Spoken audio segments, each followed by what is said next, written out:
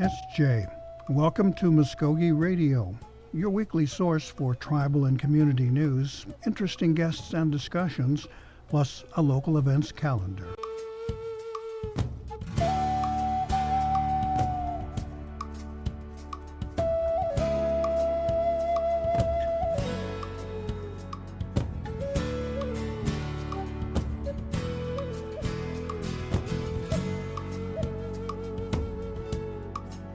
SJ, Stongo, Gary Fife, Joe Jifkidos, Mvskoke Radio, Mabu Hedgewedskis. Gotta get past that part. Anyway, welcome to our program here on a cloudy Okmulgee day. A couple things we'll be sharing with you, but first of all, we're going to be talking about one of the newer programs to help our homeless veterans.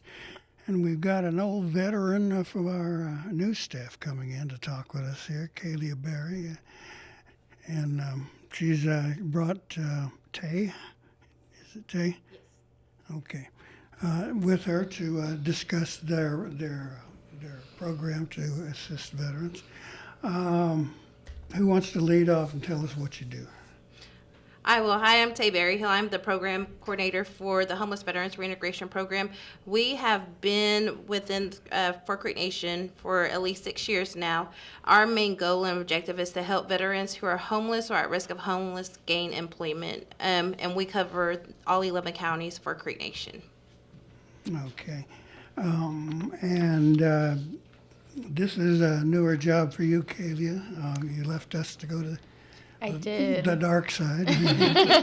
I did. So, so I'm the new case manager for the Homeless Veteran Reintegration Program, and I am enjoying it so far. We get to, we go out, we meet the veterans where they are, try to get them housing, employment, clothing, tools, whatever they need, just try to get them back on their feet and back out into the workforce.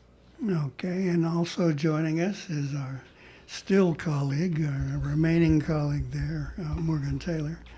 Good morning. Good morning. How's everybody today? They're kind of a small staff like we are, a small team, and we're just trying to keep rolling. So I think one of the big things is the job fair you have coming up, right? Yes. Can you guys tell us about that? Yes, we will be hosting a job fair on May 24th from 10 to 3 at the Mvskoke Dome. We will have different agencies within Green Country and actually a couple of agencies within Creek Nation that will be also in attendance. We will be having the agencies there that will be doing interviews on site. We have partnered up with MMBE. We've also partnered up with Reintegration and partnered up with Employment and Training. Employment and Training will be able to help you if you guys need to revamp your resume or create a resume. They will be set up to assist anyone that is in need of that help. How many times have you guys done something like this before, or is this your first time? This is our first one. This is our first one that we've actually hosted. What are you expecting to see? I'm hoping and expecting that we get a good turnout. We actually did partner with Transit. That's going to be able to get some of our participants that don't have transportation from Mvskoke and also Tulsa, and also we'll have transportation available for those here in Okmulgee that are wanting to attend this job fair as well. So I'm hoping that we will have a good turnout for this one. What have you guys done for outreach? Have you guys had any people call and kind of reserve a spot or anything like that? We've actually reached out to different agencies, like I stated, within Green Country. I think we've have about 35 that are stating that they will come. Walmart, Home Depot, a lot of training sites are actually going to be there to give out their information, such as Central Tech, of course, Reintegration with their fiber optic program. Just a lot of different agencies that we have that's going to be under one building if participant wants to utilize any of those. So what is the eligibility for participants? Can anybody that needs a job come? Yeah, it's open to the public. Open to the public. All right. I know a few people who need a job. What are your goals for the job fair? Our main goal is just for anyone that wants to, come and, that's having a hard time trying to gain employment. We just wanted to open the doors and just get that, a central hub for anyone that's needing help or anything like that, for us just to be able to utilize our services. Okay, and so what are you, or how many people are you hoping to will attend and serve, or how many people are you hoping to serve? I think the number that we've been probably kicking around for the past couple of 2 weeks is about 250. 250. That's quite a bit. It That's is, quite a bit yes, of people. yes. Hopefully we can get that many people in. If you can get 250 people a job that day, Yes. man, what kind of impact would that have on the Right. reservation? You know. So, these are some questions because Braden was going to come in, and so he just had some questions, and I think we went through the job fair ones. Is there anything about the job fair that you would like to know that we missed? I think just knowing that if you don't have a resume there, that you'll be able to get that one done as well. A big thing for me is if you're going to be able to do an interview on site, dress to impress. That's one of the main things. You know, some of the, our participants, we always tell them, like, hey, make sure you wear your Sunday best to your interview because you never know, you might be leaving with a job that day. Let me jump in there. Now, you're trying to recruit Yes. folks who perhaps come out of the correction system Yes. or something else like that.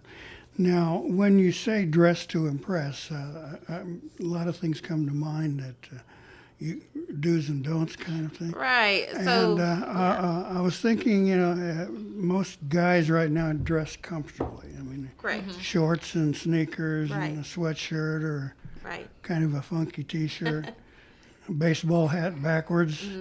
What kind of impression does that make on a possible employer?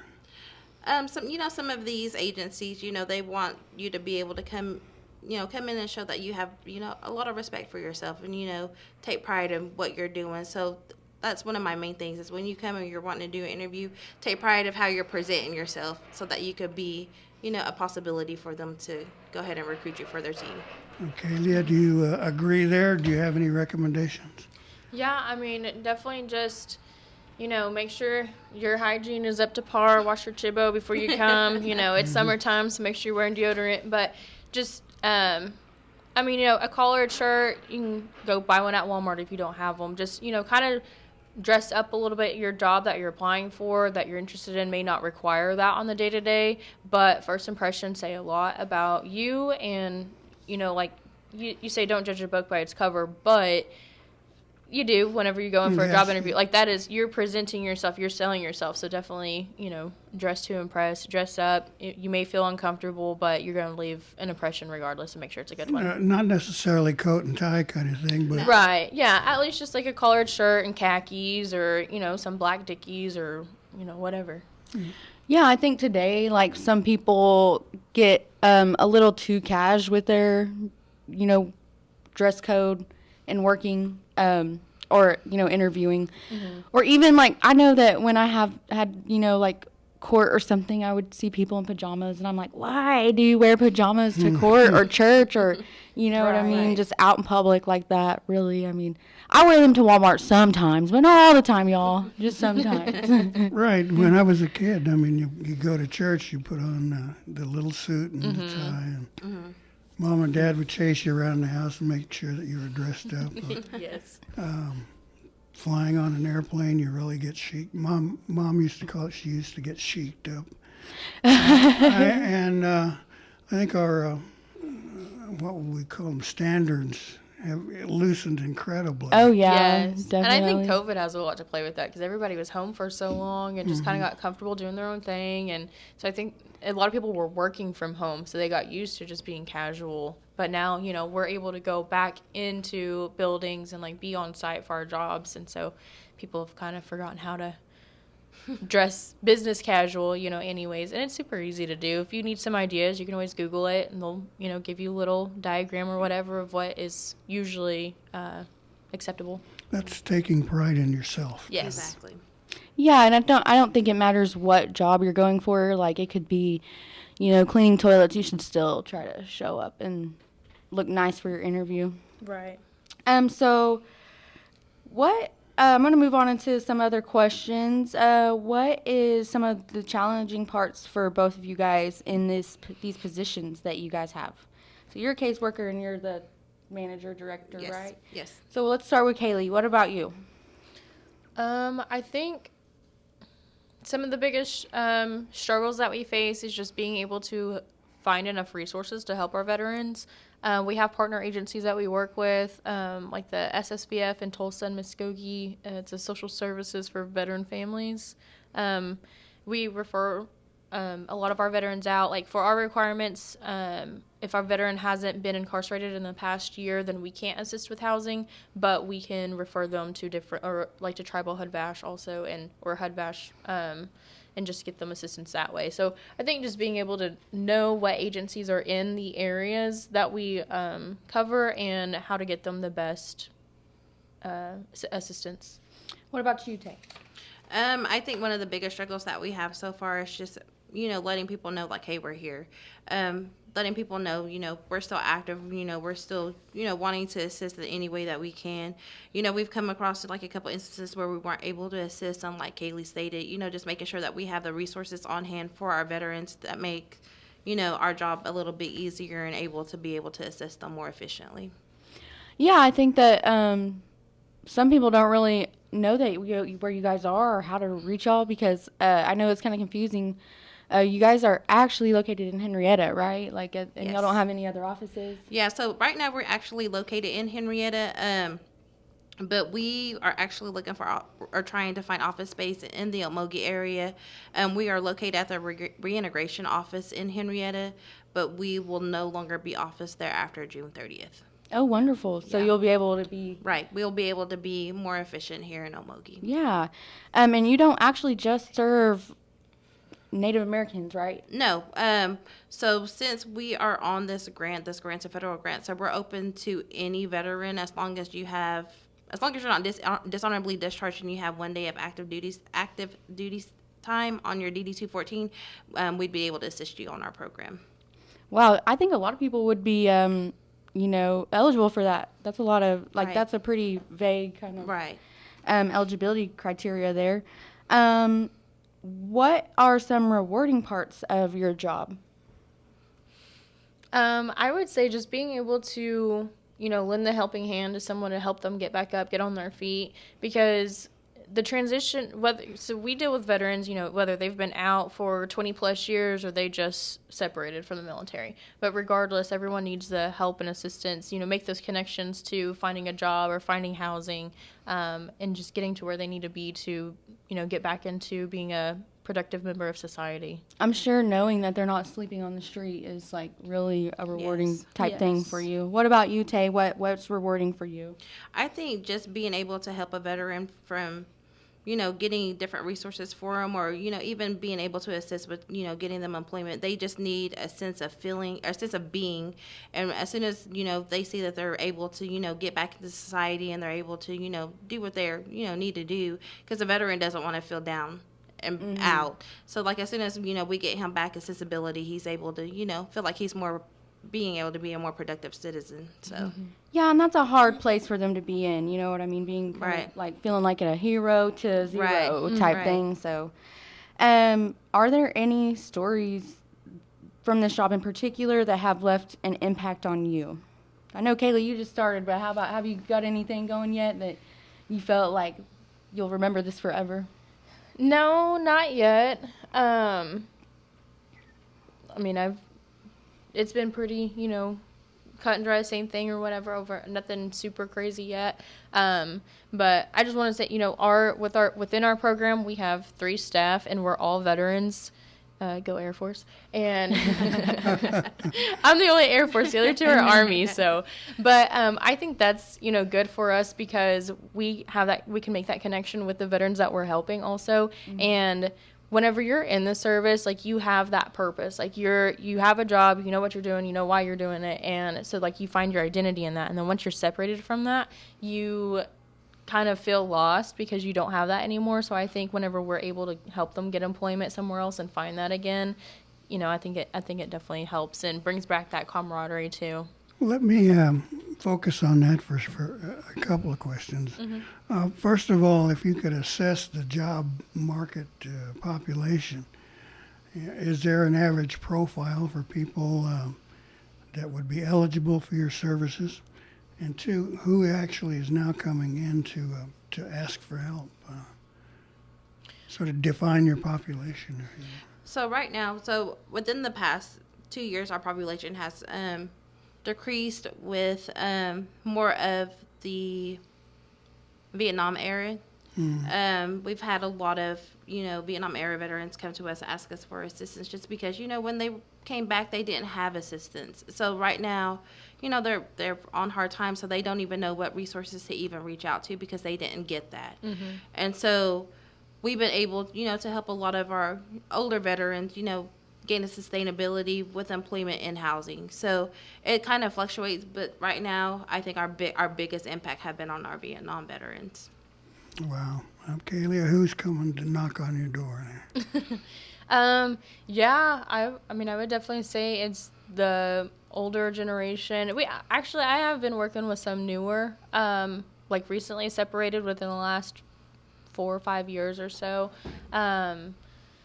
So it's been interesting. There's definitely like a wide age gap between who we can help and what we can help. And honestly, too, we help with, our focus is homeless veterans, but that doesn't mean like they're living on the street necessarily. That could be if they're facing eviction, they're sleeping, they just separated and haven't found a house yet and they're sleeping on their mom's couch or, whatever. So we can help a wide variety of people.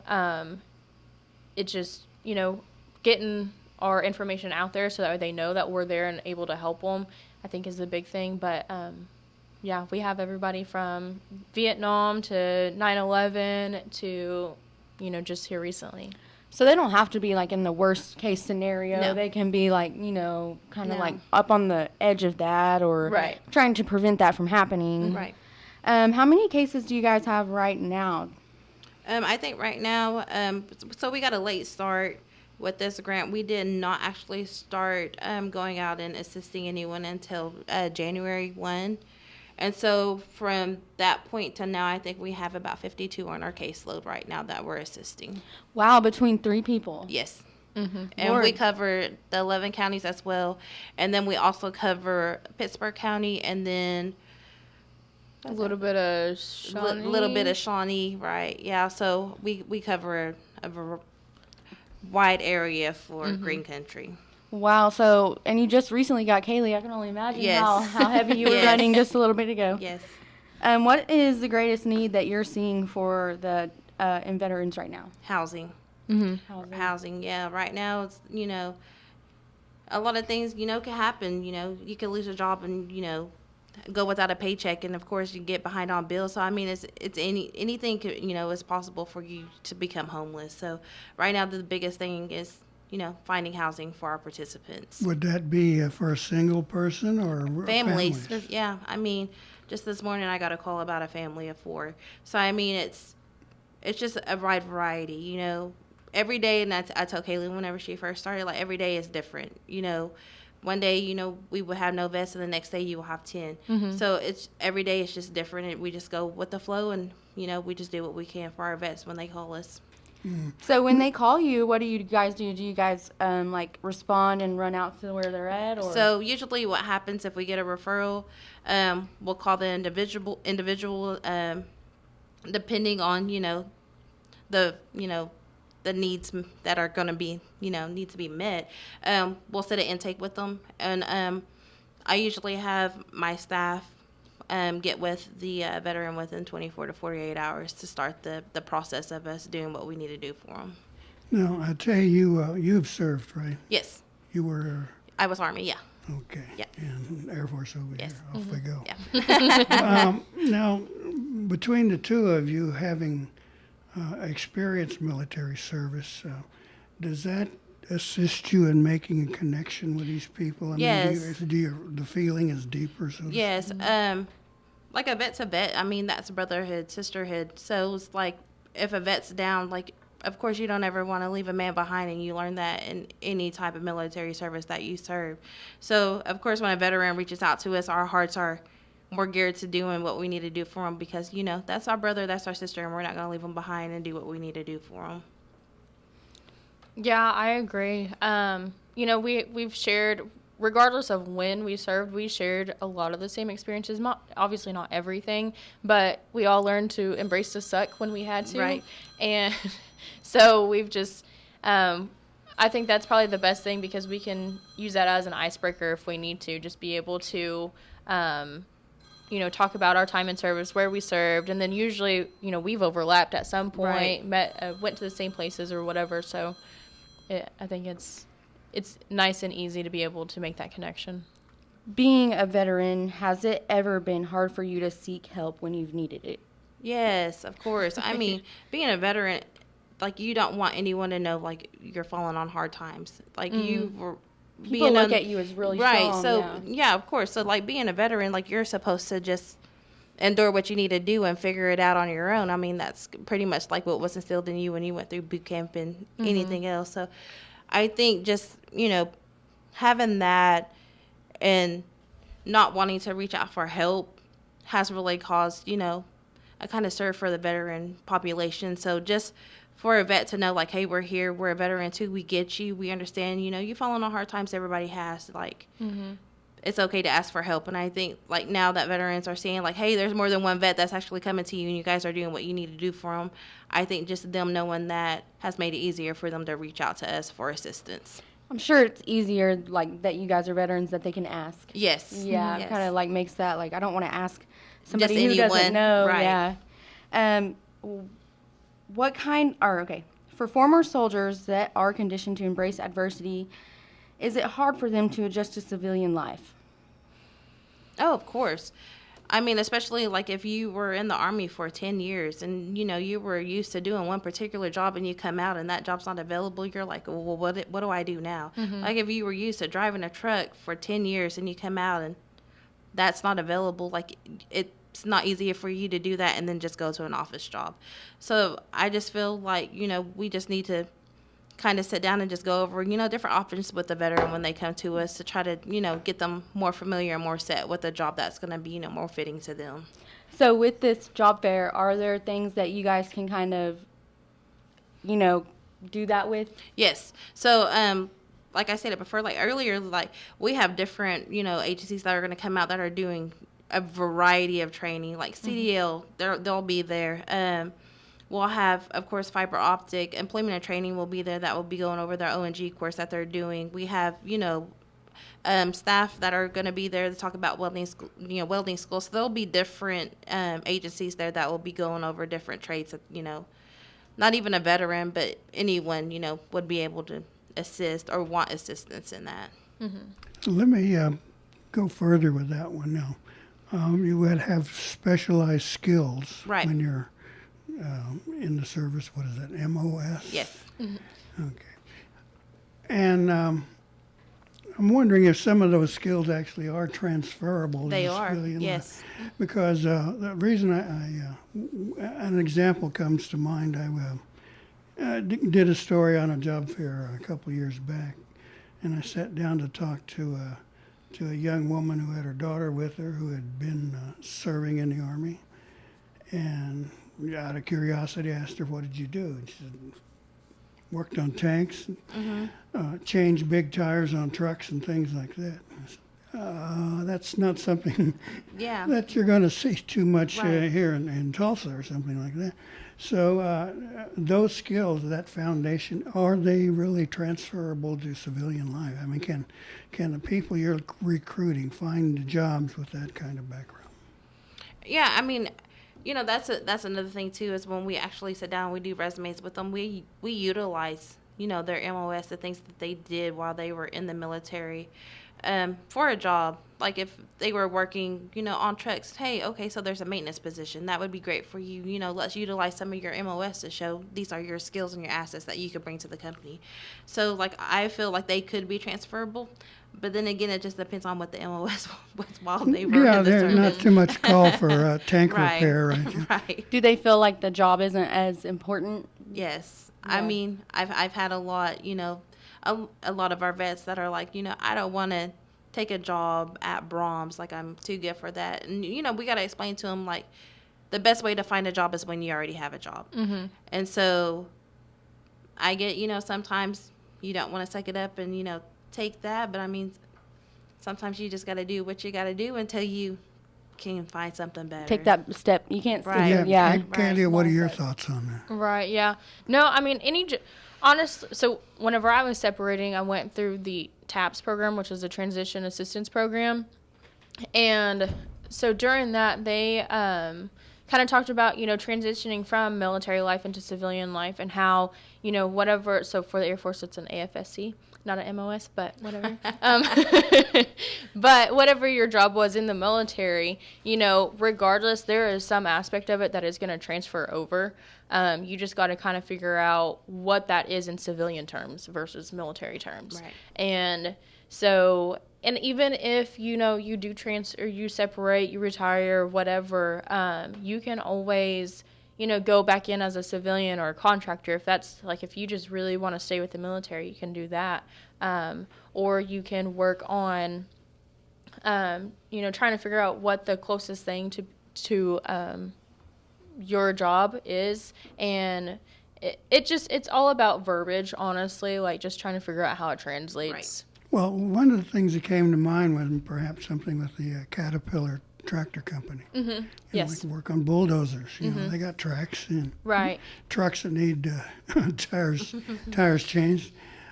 So it's been quite a challenge, you think, to fit these two together. I mean, finding spaces for your prospective clients, the job market out there. So far, it hasn't really been an issue for our veterans to kind of go from, what they were doing at MOS to go into what they were wanting to do now in civilian life. Like I said, it just depends on, if that's what they want to do. Some of our vets that are getting out, they've drove trucks 15, 20 years, and they're like, hey, like I did that. I've been there, done that. I don't want to do that anymore. Yeah. So I think it just depends on, a case by case. If that's what they want to do, then we'll definitely, dig into our resources and our partner agencies that, we deal with on a day-to-day basis and see what we can, find them. Well, say somebody, as you said, drove a truck for 15 years and said enough's enough. Right. Let's get a new start. Let's Right. do something else. Do you guys have connections in for someone who wanted to start a new career, like training or Yes. college or Yes. whatever? So with our program, we are able to help pay for training. So we have money set aside within the grant to help them do training. So say they drove trucks, they did that 15, 20 years. They're like, okay, Taya, like I don't want to do that anymore. Like, I've had an interest in being a welder. So I'm like, okay, cool. Well, let's get you into training to become a welder. So we do have money set aside to assist, our participants with if they want to, change it up a little bit, we'll be able to help them out. What about some of the more specialized MOS that you might have, like, I don't know, artillery comes to mind. I mean, Right. where are you going to find a job firing a cannon in Right. civilian life? Right. So a lot of our participants, like if if that's something that they were doing, like they want to go into, MP, if they were MPs or anything like that. So we would try to, assist them with like going through cleat services or things like that. And so, it just depends on kind of what they want to do and what their focus is on. So we just kind of get something somewhat familiar to what they were doing with their MOS to what we could put them in on the civilian side. Kaylee, is it harder to fit the two together? People looking for new directions with the opportunities that are there? I don't really think so, because right now, there's a large need for people in all aspects, like all different kind of job areas. So, whenever we sit down with our veterans, we ask them, okay, do you have any restrictions, like physical or anything like that would keep you from doing certain jobs? Is there anything that you do like or that you don't like? And we just kind of do, process of elimination of seeing like what would best fit them. And, they can always try it out, and then if they end up at that job and they don't like it, at least they've got something where they're stable financially, and then they can, we'll still be there to help them if they want to reach out and be like, hey, what are some other job options that I could apply for? We can help them out with getting something different. Oh, while you were answering that question, something else popped into my mind, as it usually does. What about assistance for veterans who have been disabled? We see stories about guys who've come back, or women who come back, perhaps missing a limb or something like that, some sort of mental disability at the time. Do you have resources then to plug these folks into? Yes, we actually do. We actually do work pretty closely with the VA, so they have a compensated work therapy that's there on site at the VA. So if they have disabilities or anything like that, they'd be eligible to go and work for compensated work therapies. We also work with the GALT Foundation, and they also assist with those that have, been disabled, if their impairments doesn't, let them do a regular 8 to 5, then they have, different things that they would be able to assist them with. So we do step out of that area and try to, assist all of our veterans the best way that we can. So we reach out to different organizations just, in case we have a veteran that's not able just to go in and work at 8 to 5. So Are you guys going to have any, like, special guests there, like, that, I don't know, maybe can encourage veterans? So we actually did reach out to the Tulsa Vet Center. They will be set up there as well. And so they'll be there on site. We do have the Oklahoma National Guard. They'll be there set up as well. And then we do have, our partner agencies that we work with our vets. So they'll be there as well. And then also we will have the VSO on site. So if you guys are needing claims and your benefits, make sure you show up because we'll have Rachel Riddle there. That's their Ben coordinator. She'll be there to do those as well. Where did you guys say you'll be having pickups at out of town? Yeah, so at 9 o'clock in Muskogee will be a pickup at the Muskogee VA Hospital. And at 9 o'clock in Tulsa at the Coffee Bunker at 6365 East 41st Street in Tulsa. Okay, great. And what if they aren't close to those areas but still want to come? Can you guys kind of schedule transportation for them maybe? I think it just depends on where they are, but I mean, I'm pretty sure that we would be able to assist them to get it figured out. Yeah. Great. That's great.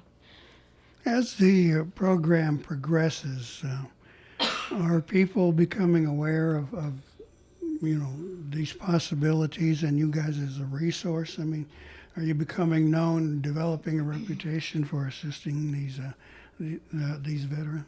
I think within the past couple of years we have. Veterans like to talk, so once you help a veteran out, they'll tell their friend, hey, like reach out to HVRP, like I needed assistance with this, and they helped us out. So I mean that's been great too, word of mouth. But we just wanted to make sure that everyone knows, like, hey, HVRP is still here and we're willing to help any veteran that's needing assistance. Yeah, I think word of mouth has been the biggest thing. We do go out and do outreach, so we'll go put up flyers everywhere, hand out business cards. I think it was like last week we went up to Tulsa and Muskogee and we're handing out like hygiene things with our flyers in it for the job fair and our business cards, just trying to get the word out there. Because with the veterans, once you've had to deal with the VA, you kind of lose hope sometimes. Right. I was going to get around to that. Yeah. Okay. So, but honestly, once you, like Tay was saying, like once you are able to help a veteran and they see that you actually help them, and then they can go and talk and tell everybody instead of being like, oh, well, these resources is out there, but how many of them are actually going to help you? Right. How are you going to wade through the paperwork? Right. Okay, what about connecting with some of the existing things there, like a simple coffee and donuts here with our own Veterans Administration, or perhaps the Coffee Bunker in Tulsa? I mean, do you recruit there? Do you go make yourself known there? Right. So actually, we do have a referral base that we utilize throughout the veterans organization. So if there's a veteran that's at the Coffee Bunker and they're needing assistance with whatever it may be, they could send us a referral straight to our email and we'll get it and we'll go up there and do what we need to do. Mm-hmm. And we frequently visit the Coffee Bunker. We do coffee and donuts as well. Just whatever the biggest vet preference is, that's where we want to be, just to let them know, hey, we're here. I think that coffee and donuts is a sweet deal. Right. You got away with that one. Yeah. Yeah. Okay, we'll take time out to laugh here. Yeah. Now, as we see your program develop, are you really making a dent in the need? I mean, if you can give numbers, that's wonderful. Like, how many veterans do we have? How many have you reached? And So worked with? within my past 6 years that I've been here, I think overall, I think we've reached about 245 veterans that that's we've great. met. Are we ever going to put a dent of homelessness? I hope so. Are we on the verge of putting a dent of homelessness? No. But I think even if we're able to assist one veteran that is homeless, we're doing what we need to do. So I would hope within, as long as HVRP is going, that we're just, able to help as many veterans as we can. And I hope, one day we do end the homeless cycle. Because to be honest with you, I mean, it's not only within the res, it's all over Oklahoma. And it's kind of a big issue. So, I mean, hopefully they get more organizations that are out there that actually stay up and be able to, to assist. So, Okay, what do you think, Kaylee? Are you getting a grip on the problem, or is it still more of a challenge and uphill? No, I think it's still a challenge. Regardless, everyone's going to face hard times, especially right now with how the economy is. Even if you do have a job, it's hard to pay your bills, make sure that you're making enough money to pay everything. So I think just being able to reach as many people as we can and just connect them with the right resources, that's all that we can really do. And then just hopefully, the economy will get back on track, because I need this gas to go down and then the food go down. Yeah. That's Yeah, for real. I tell you what, Morgan, let's take a pause here and take a little break here, and then we'll be back and just continue our discussion. Yep, sounds good. Okay, please stay with us here on Mvskoke Radio. We'll be right back after this. Who am I? Am I Indian? Just 'cause I'm a girl from the res, don't make things up about me. What if I move away? Then who am I? Some kids try meth just to escape, but then I think about my grandma, my little brother, my beadwork, my poetry, and I think, I like who I am, and I know meth is not for me. Check out ncai.org, a message from the Partnership for a Drug-Free America and the National Congress of American Indians. Hear that? That's the sound of hope being killed by meth. Methamphetamine use is causing huge problems in our community. Hear that? That's the sound of something you can do about it. Events like rodeo, res ball, and family time can help keep kids away from meth. Talk to your kids. Keep our culture alive. A message from the Partnership for a Drug-Free America and the National Congress of American Indians. Learn more at ncai.org. Okay, we're back on Mvskoke Radio here. We're speaking with the crew from the Homeless Veterans Repatriation. reintegration. Thank you. I got the program. That part I got. About the resources available to our veterans here.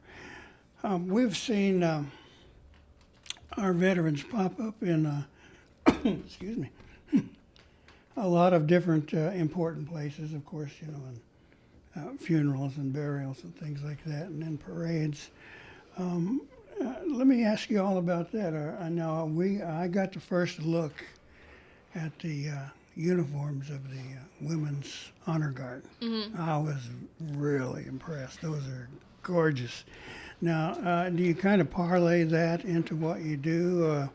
Invite people to perhaps even join the Honor Guard? How does that work into what you do?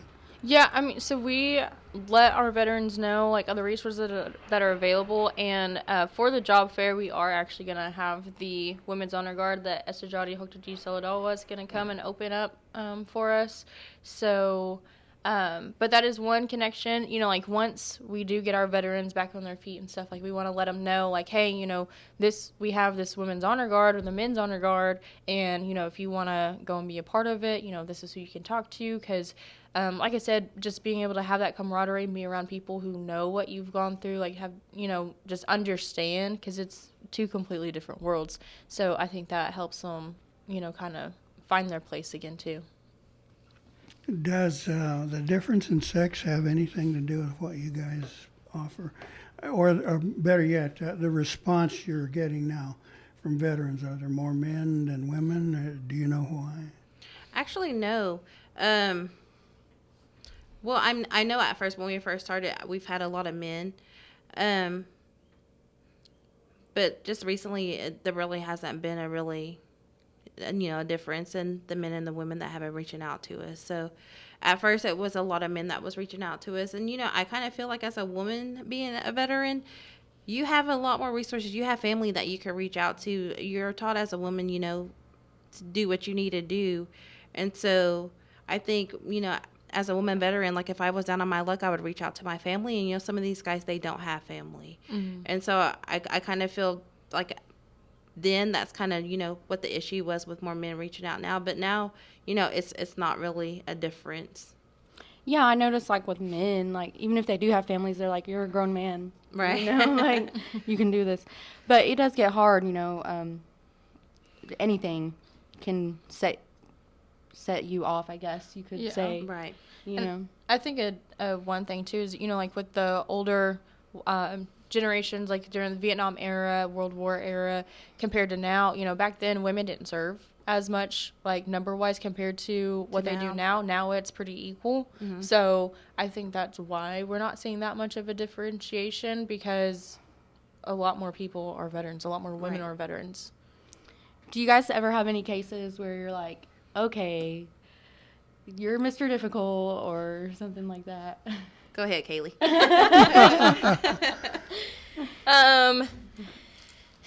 Yes. I mean, and whenever you separate or retire or whatever, whenever you're in a hardship, like, it is tough. Like, you don't, especially whenever you've tried to go through different programs or get assistance with different people, and, like, you feel like you're getting nowhere and getting no help. So, I mean, you are going to work with people that, may not be your favorite people, but you got to kind of sit down with them, talk with them, kind of figure out, okay, well, why do they feel this way? Listen to them, see what you can do to help, and just make them feel like they're being heard, and, that they're not just talking to another person who's just going to, write them off and just, they're just another number to them. So you've just got to kind of figure out how to talk to them, figure out what they need, and just, like, show them, like, hey, I am here, I'm helping you, I'm doing this, I'm doing that, but I also need you to do this and like, that too, because yourself. This is your life and your well-being. And yeah, but I know it can be hard, like, even, they go so long without doing something, like, even something as simple as getting up, it's hard. Right, getting like, to your routine of not having to wake up early. Yeah, and I struggle with that myself. You know what I mean? So, like, man, you're preaching to the choir. Yeah, I can't imagine not doing it for a long time. I still struggle getting. My kids have trouble getting it. We all do. Yeah. Okay, I do certainly. Mm-hmm. Yeah. The alarm goes off, and I'm going, oh no, not again. Yeah. Sometimes I swear to God, I do not hear it. Like, sleep right there. I swear, my ears are just like, nope. But, yeah, it can be hard to get back into those routines, just, getting up, going somewhere, doing something all day long. Right. And I think even, like, whenever you aren't working and you're out of that routine, a good way to get back into it is, okay, well, while you're going out and putting in job applications, go ahead and set your alarm and wake up, be ready to go by 8 o'clock. That way, whenever you do get a job, it'll be a little bit easier transition. Yep. And then, too, whenever you're going and applying for jobs, if you're there first thing in the morning, then they're going to see, okay, well, they're eager. They're actually up and getting ready to do it. They're not waiting until 3 o'clock in the afternoon. Right. Not that there's anything wrong, because at least you're going to go and look for a job. But that just shows, that you're that much more prepared and they're... Go to bed at a certain time, like maybe by 11, 12, wake up, 7, 8, whatever, get into that routine. But, yeah, it can be really difficult. Because I know, like, after high school or whatever, and I was just lazy laying around, it's hard to get back into those routines, going back to college and school, and, and wanting to socialize again and stuff like that. Is that an easy way to say party? Yeah. Yeah, my socialize was during the nighttime. I'm guilty as charged. Yeah. Now, let me ask a question in perhaps a different direction. You're Mvskoke, right, right. Kalia? And Yes. both are Mvskoke. Does that connection, that tribal background and affiliation ever work into what you do? perhaps do you use language or show them that you have a respect for traditional religions or the Greek churches? I mean, Oh, of course, yeah. culture. I mean, Yeah. is an important part. Right. Yeah, of course. I mean, especially whenever you have a Creek veteran reach out to you and you're like, hey, so we're Creek Nation. And they're like, oh, okay. Because really, when I was taught younger, if you need assistance, you could reach out to your family, you could reach out to your tribe. And so with just the veteran being Creek, knowing, hey, we're all tribal members here, and, we have resources, if those resources don't, assist you, we could reach out, further and see what we could do. But, just being able to reach out to our Creek veterans has been great because, we're just like them. We understand, and we're not going to, sit here and, try to make them feel bad because they're going through a hardship, So I think, just being able to reach out to our Creek veterans has been, a great success for us being tribal members. Sometimes being Indian is a Right. hardship. Right. Right. Now, Kaylee, the same question. Where does culture fit in there? Yeah, no, I think it definitely helps because, even with Native culture, Mvskoke culture, anything, like we are told, we don't let people see our feelings. We don't let people see what we're going through a lot of time, like outside people. So being able to have our own tribe have a resource like this, somebody who understands like how, what we deal with on the daily and how to get through everything, and just understanding like, I guess just how to handle it. It makes that connection a little bit easier versus, working with the VA, somebody who's not tribal, who doesn't understand the different cultural barriers or the different cultural regulation. I can't think of my words this morning, but it's like going to Traditions, perhaps. yes, Right. tradition. That's the word. Yes, just being able to know the difference between, okay, well, yeah, this is appropriate, but this maybe not, necessarily Right. appropriate. It's like going to a big place where, it's just Right. a bunch of white people or whatever, and it's just like they're just Right. really And, like looking at know- you crazy or something like that. All right, you walk in and say, "Humbug's chair." Yeah, Right, it's yeah. like, They're they're like, how can we help you? Blank look on their face. And and it's so easier for a Creek vet to open up to you when your Creek as well. They want to know who's your family, Yeah, like, where you you can make from, those connections as and so well. it's like you just open up and you could just have a regular conversation with them, and then and that's something that's great for us because we break that barrier down, and we we're able to talk to them one on one. It's not something where we're like, okay, so what do you need? It's something like, okay, well, we could talk to you and just go from there and just have a regular conversation with you instead of you feeling like we're just going to do what we need to do and never Right. And never knowing utilize that. knowing their family and different things like that might help you kind of figure out that person a Right. little bit. Right, Oh, right. okay, that's your cousin. Yeah. Okay. Yeah. As we kind of joked about the VA and going up against the paperwork and dealing with the bureaucracy. Now, have you found effective ways of doing that? I know we've kind of given them a hard time, but in some cases they deserved it. But Right. other cases they haven't. They deliver what they need to do to the folks who need it. Has that situation, you think, improved to the point where you're really comfortable with it without putting your necks in the noose here? Whenever we first started this grant, it was really difficult to, get a lot of those VA agencies on board with us, of course, because we were new. Now that we've been here for 6 years, we're kind of making a staple of like, hey, they're still here, they're still doing what they need to do. And so now that we've been going for so long, we actually have the VA to reach out to us and be like, hey, there's HVRP, reach out to them. And I think just being able, to work hand in hand with them has, helped us a lot through our way. So, I'm not gonna say every VA agency's, You don't been have pleasant to. to work with, but the agencies, that have reached out to us and have, wanted to partner with us, it's been great. Yeah, I would say, I mean, the VA has to deal with so many people, and they're not always staffed appropriately. So, I mean, Right. There's always that struggle there. But regardless, we're another resource for them, and they're a resource for us. We're just trying to get help to our veterans regardless, and we'll figure out how we need to do that. Yeah. What about the people who are coming to the job fair? Have they been willing? And Yes. So all of the partner agencies that we've worked with, that are, coming, we've worked with them in the past. And so all of the agencies that we reach out to, they're like, okay, when is this? Like, you're going to have to, of course, remind them what we're doing. But like, as soon as we're like, oh, we're HVRP Creek Nation, they're like, oh, okay, yeah, let us know. So, I mean, just being able to, have that with our agencies, I think has been great for, our upcoming events that we've been, wanting to host. I see you got a list here. Is this everybody who's coming? Yes. You want to go ahead and kind of go through that since we got time? Yeah. So, for our resources that we have coming on the 24th will be Green Country, Braden Winch, CP Kelco, Home Depot, the Tulsa Vet Center, SSVF, Tulsa and Muskogee, Brahms, Creek Nation College will be there. The recruiter will be there, and then so will the college. OSU IT, Central Tech, Goodwill Industries, Vogue Rehab, the Tax Commission, Walmart, the National Guard, Hillcrest, Tribal Head Vash, MCN Health, MMBE, Reintegration, Employment and Training, of course, our Veteran Service Office, Garden World, Highland Park, Toploco Casino, and Tribal Town, and then, of course, our program, the HVRP. Sounds like you'll really be able to do more than just find a job. Right. We'll have different resources as well as career you can resources. Become a student, get your Right. tag or whatever. Right. Yeah.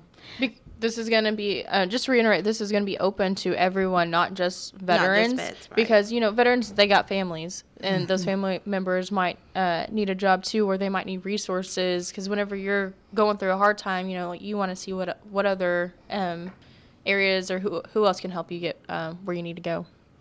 In this economy, you need two incomes. Right. Yeah, that's for sure. And can we kind of go over the dates and times again and all that? Yeah, so it's going to be on the 24th, May 24th from 10 to 3. It'll be hosted at the Dome. We're going to open up registration at 9. We will be serving a lunch. First come, first serve. Humbug. I'm coming. No. So, Soft and fry bread. Indian tacos. Oh, okay. So, 10 to 3 at the Dome. If you're wanting transportation from either Muskogee or the Coffee Bunker, please make sure that you're at either one of these areas at 9 a.m. And they will transfer you back as well.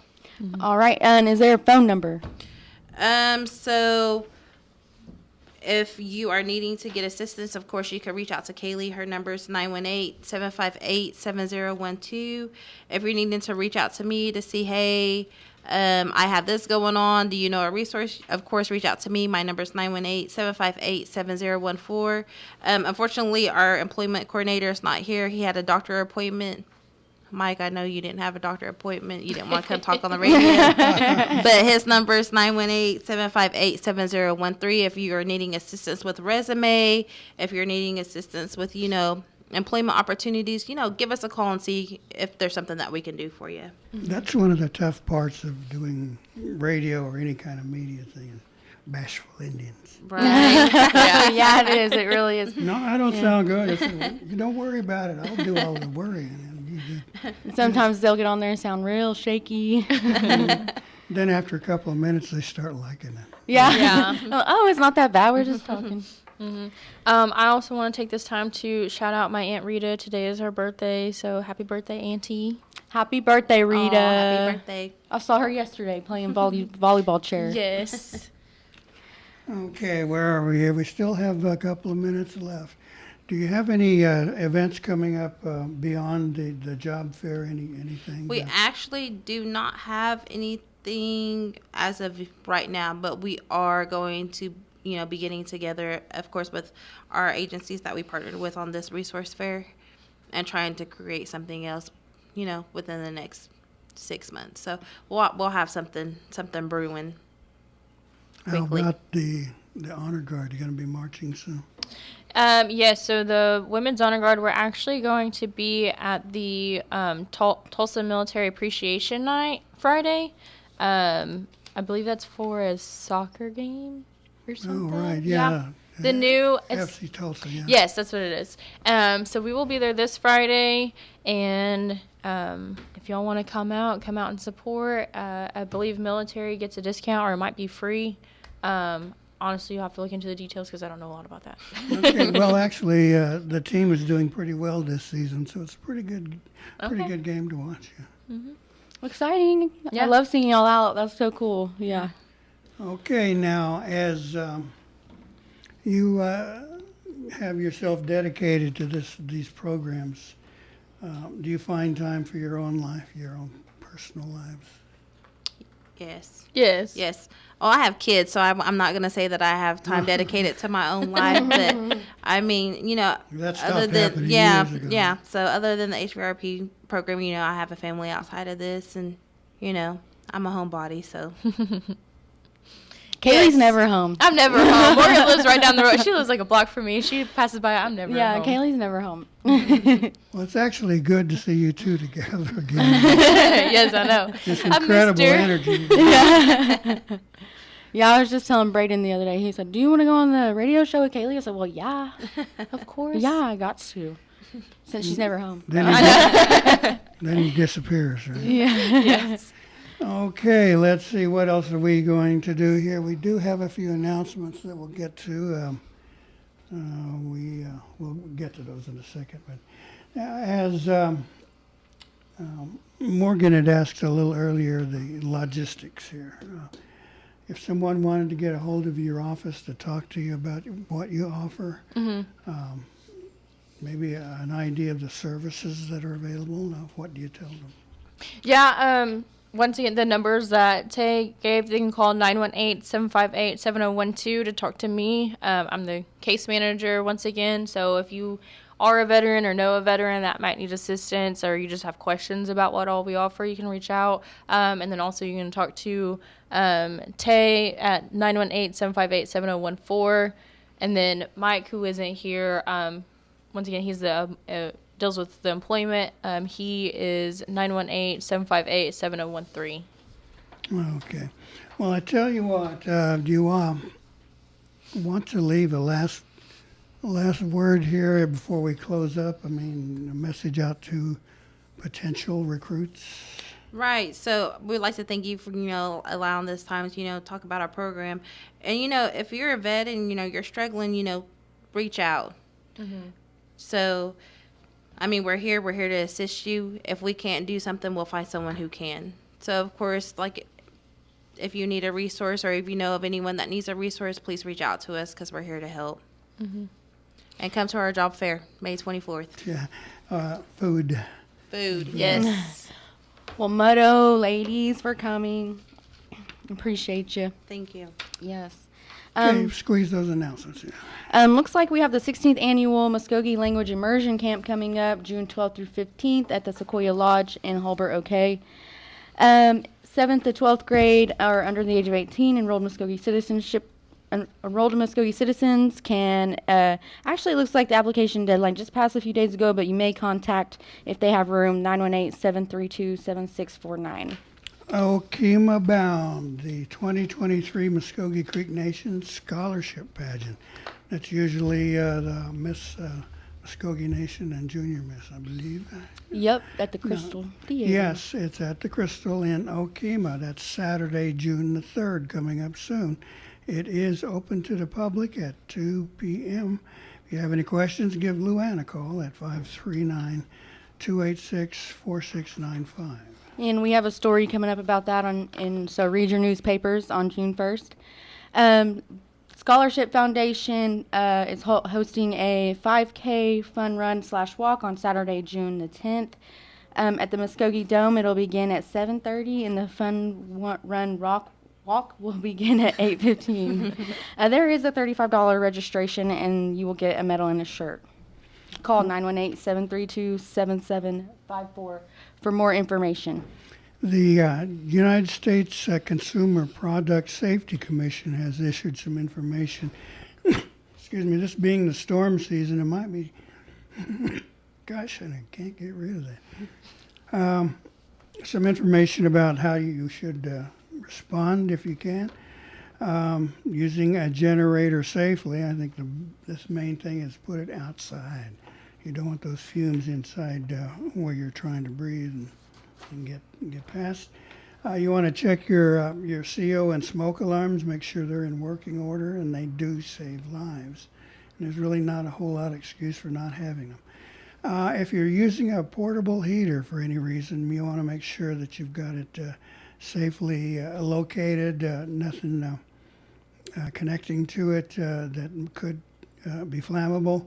And always use a wall outlet, never a power strip. Now, we've seen a lot of people do that, and they're just going to sing the blues. And don't run that cord under a rug. Okay, we're going to barbecue. Be careful with charcoal and candles. Don't even bring it anywhere near inside your house, of course, or even a garage. You want to take it outside where you've got safe ground underneath. And you want to keep the water source or a hose perhaps charged ready in case of silly things that happen and you might need it.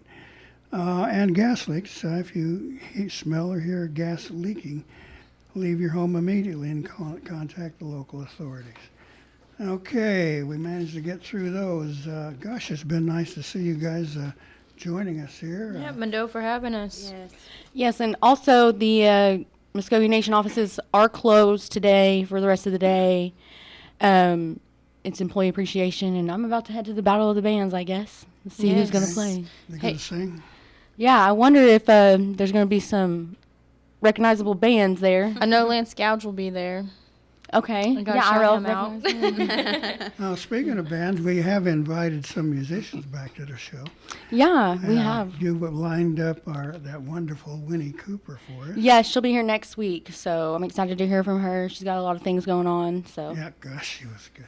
And I've got in contact with Carmen Bruner, the jazz gospel singer. Oh, yeah. Will be joining us again a little later to add some variety to our program so we don't get too dull and boring.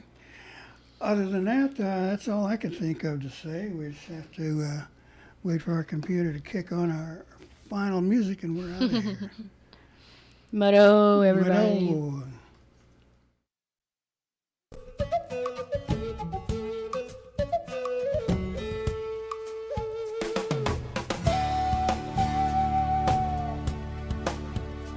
You've been listening to Mvskoke Radio. Join us again next week for more local, tribal, and community news and updates. Muddo.